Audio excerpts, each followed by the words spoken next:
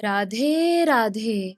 मेरा नाम है निकिता शर्मा और आप सभी का स्वागत है श्रीमद् भागवत गीता की इस श्रृंखला में। पिछले श्लोकों में हमने समझा कि किस प्रकार श्री कृष्ण अर्जुन को समझाते हैं कि अपने समस्त कर्मों को मुझे अर्पण करके तुम शुभ और अशुभ फल के बंधन से मुक्त हो जाओगे।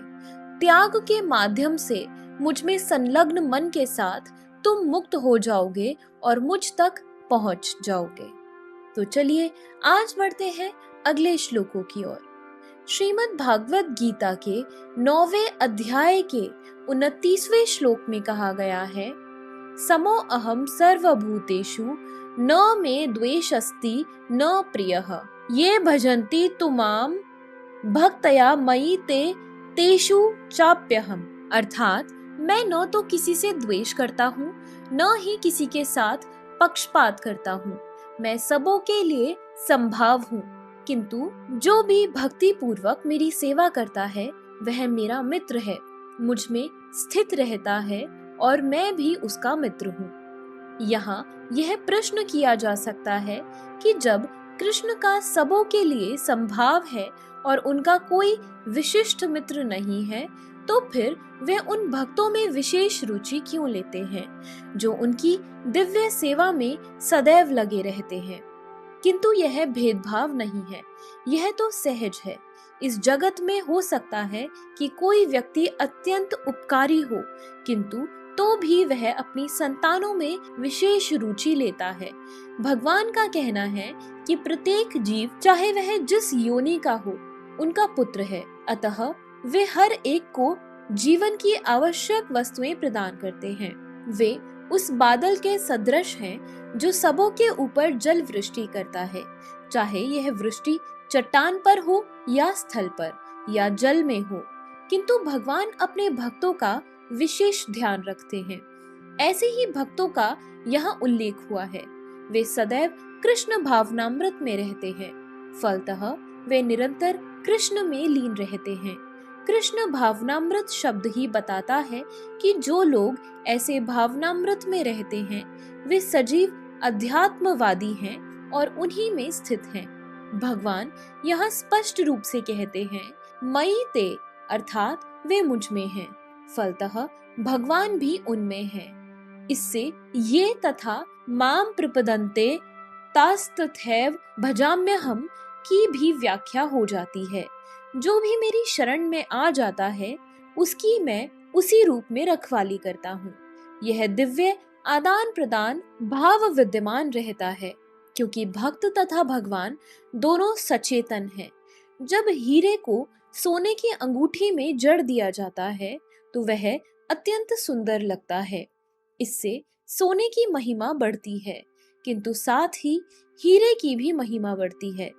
भगवान तथा जीव निरंतर चमकते रहते हैं और जब कोई जीव भगवान की सेवा में प्रवृत्त होता है तो वह सोने की भांति दिखता है। भगवान हीरे के समान है, अतः यह संयोग अत्युत्तम होता है। शुद्ध अवस्था में जीव भक्त कहलाते हैं। परमेश्वर अपने भक्तों के भी भक्त बन जाते हैं। यदि भगवान तथा भक्त में आदान प्रदान का भाव न रहे तो सगुणवादी दर्शन ही न रहे। मायावादी दर्शन में परमेश्वर तथा जीव के मध्य ऐसा आदान प्रदान का भाव नहीं मिलता, किंतु सगुणवादी दर्शन में ऐसा होता है। प्रायः यह दृष्टांत दिया जाता है कि भगवान कल्प वृक्ष के समान है और मनुष्य इस वृक्ष से जो भी मांगता है भगवान उसकी पूर्ति करते हैं। किंतु यहाँ पर जो व्याख्या दी गई है वह अधिक पूर्ण है। यहाँ पर भगवान को भक्त का पक्ष लेने वाला कहा गया है। यह भक्त के प्रति भगवान की विशेष कृपा की अभिव्यक्ति है। भगवान के आदान प्रदान भाव को कर्म के नियम के अंतर्गत नहीं मानना चाहिए। यह तो उस दिव्य अवस्था से संबंधित रहता है जिसमें भगवान तथा उनके भक्त कर्म करते हैं।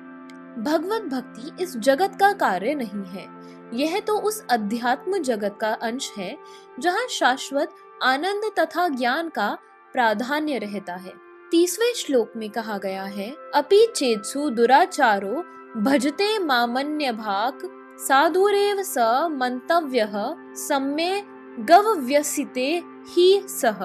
अर्थात यदि कोई जघन्य से जघन्य कर्म करता है, किंतु यदि वह भक्ति में रत रहता है तो उसे साधु मानना चाहिए, क्योंकि वह अपने संकल्प में अडिग रहता है। इस श्लोक का सुदुराचारः शब्द अत्यंत महत्वपूर्ण है, अतः हमें इसे ठीक से समझना होगा।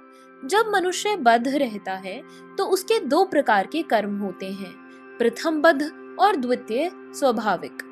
जिस प्रकार शरीर की रक्षा करने या समाज तथा राज्य के नियमों का पालन करने के लिए तरह तरह के कर्म करने होते हैं, उसी प्रकार से बद्ध जीवन के प्रसंग में भक्तों के लिए कर्म होते हैं जो बद्ध कहलाते हैं।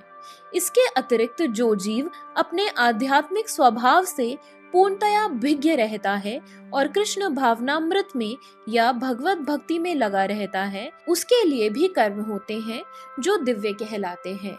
ऐसे कार्य उसकी स्वाभाविक स्थिति में संपन्न होते हैं और शास्त्रीय दृष्टि से भक्ति कहलाते हैं। बद्ध अवस्था में कभी कभी भक्ति और शरीर की बद्ध सेवा एक दूसरे के समांतर चलती है, किंतु पुनः कभी कभी वे दूसरे के विपरीत हो जाती है। यहाँ तक संभव होता है भक्त सतर्क रहता है कि वह कोई ऐसा कार्य न करे जिससे यह अनुकूल स्थिति भंग हो। वह जानता है कि उसकी कर्म सिद्धि उसके कृष्ण भावनामृत की अनुभूति की प्रगति पर निर्भर करती है, किंतु कभी कभी यह देखा जाता है कि कृष्ण भावनामृत में रत व्यक्ति सामाजिक या राजनीतिक दृष्टि से निंदनीय कार्य कर बैठता है, किंतु इस प्रकार के क्षणिक पतन से वह अयोग्य नहीं हो जाता। श्रीमद् भागवत में कहा गया है कि यदि कोई व्यक्ति पतित हो जाए, किंतु यदि भगवान की दिव्य सेवा में लगा रहे तो हृदय में वास करने वाले भगवान उसे शुद्ध कर देते हैं और उस निंदनीय कार्य के लिए क्षमा कर देते हैं। भौतिक कल्मश इतना प्रबल है कि भगवान की सेवा में लगा योगी भी कभी कभी उसके जाल में आ फंसता है, लेकिन कृष्ण भावनामृत इतना शक्तिशाली होता है कि इस प्रकार का आकस्मिक पतन तुरंत रुक जाता है। इसलिए भक्ति योग सदैव सफल होता है। किसी भक्त के आदर्श पथ से अकस्मात गुमराह होने पर हंसना नहीं चाहिए, क्योंकि जैसा कि अगले श्लोक में बताया गया है, ज्यों ही भक्त कृष्ण भावनामृत में पूर्णतया स्थित हो जाता है, ऐसे आकस्मिक पतन कुछ समय के पश्चात रुक जाते हैं। अतः जो व्यक्ति कृष्ण भावनामृत में स्थित है और अनन्य भाव से हरे कृष्ण मंत्र का जाप करता है, उसे दिव्य स्थिति में आसीन समझना चाहिए, भले ही दैववशात उसका पतन क्यों ना हो चुका हो। साधुरेव शब्द अत्यंत प्रभावात्मक है। ये अभक्तों को सावधान करते हैं और आकस्मिक पतन के कारण भक्त का उपहास नहीं किया जाना चाहिए, उसे तब भी साधु ही मानना चाहिए। मंतव्य शब्द तो इससे भी अधिक बलशाली है। यदि कोई इस नियम को नहीं मानता और भक्त पर उसके पतन के कारण हंसता है, तो वह भगवान के आदेश की अवज्ञा करता है। भक्त की एकमात्र योग्यता यह है कि वह अविचल तथा अनन्य भाव से भक्ति में तत्पर रहे। नरसिंह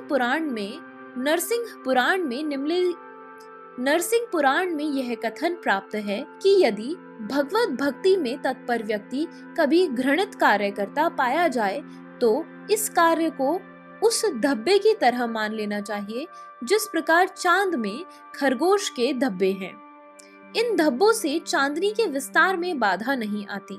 इसी प्रकार साधु पद से भक्त का आकस्मिक पतन उसे निंदनीय नहीं बनाता, किंतु इसी के साथ यह समझने की भूल नहीं करनी चाहिए कि दिव्य भक्ति करने वाला भक्त सभी प्रकार के निंदनीय कर्म कर सकता है।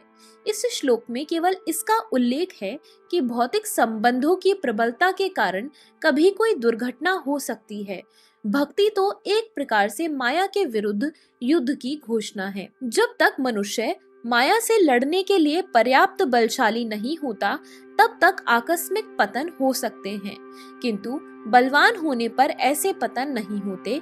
जैसा कि पहले कहा जा चुका है, मनुष्य को इस श्लोक का दुरुपयोग करते हुए अशोभनीय कर्म नहीं करना चाहिए और यह नहीं सोचना चाहिए कि इतने पर भी वह भक्त बना रह सकता है। यदि वह भक्ति के द्वारा अपना चरित्र नहीं सुधार लेता तो उसे उच्च कोटि का भक्त नहीं मानना चाहिए। तो इसी के साथ हमारे आज के श्लोकों की वीडियो समाप्त होती है। अगर आप सभी लोग श्रीमद् भागवत गीता की इस श्रृंखला में हमारे साथ हैं, तो हमें अपने विचार कमेंट सेक्शन में जरूर बताएं और इस वीडियो को अपने परिवारजनों और मित्रगणों के साथ जरूर शेयर करें, ताकि उनके जीवन में भी इस सुंदर ज्ञान के कारण कोई बदलाव आ सके। तो चलिए मिलते हैं अब अगले श्लोकों के साथ एक नई वीडियो में।